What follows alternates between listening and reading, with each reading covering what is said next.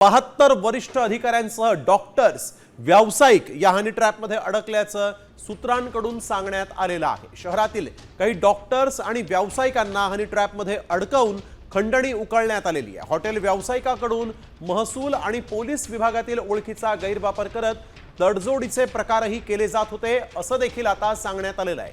हे प्रकरण मिटवण्यासाठी कोट्यवधी रुपयांमध्ये तडजोड केल्याची माहिती सूत्रांनी दिली आहे। गुप्तचर विभागाकडून या प्रकरणी गोपनीय चौकशी सुरू असल्याची माहिती आता समोर आली आहे।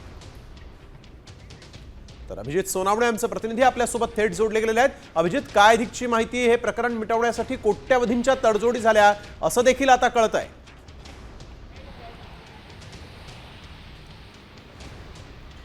जी माहिती मिळते त्यानुसार गेल्या काही वर्षांपासून हनी ट्रॅपचा हा सगळा प्रकार सुरू होता। त्यामध्ये केवळ आजी माजी मंत्री किंवा वरिष्ठ अधिकारीच नव्हे तर आता नाशिक शहरातले काही डॉक्टर्स, व्यावसायिक आणि बिल्डर्स देखील अडकल्याची आता माहिती समोर येते, अशी चर्चा आता सध्या सुरू आहे। आणि या माध्यमातून म्हणजे व्यावसायिक असेल किंवा डॉक्टर्स असेल किंवा बिल्डर्स असेल यांना देखील हनी ट्रॅपमध्ये अडकवून त्यांच्याकडून कोट्यवधी रुपयांची खंडणी वसूल करायची अशा पद्धतीची ही सगळी मोडस ऑपरेंडी असल्याचं आता हळूहळू समोर येऊ लागलेलं आहे। आणि या माध्यमातून काही आदिवासी जमिनींचे बेकायदेशीर व्यवहार करणं असेल, काही शासकीय किंवा महसूल विभागातल्या काही जमिनींचे व्यवहार असतील, अशा सगळ्या पद्धतीचे व्यवहार देखील या सगळ्या हनी ट्रॅपच्या प्रकरणाच्या माध्यमातून केले जात असल्याची आता दबक्या आवाजातली चर्चा जी आहे ती महसूल विभागामधून देखील आता सुरू झालेली आहे। आणि या माध्यमातून करण्यात आलेले जे जमिनींचे व्यवहार आहेत ते देखील आता रडारवर आलेले आपल्याला बघायला मिळतात। मात्र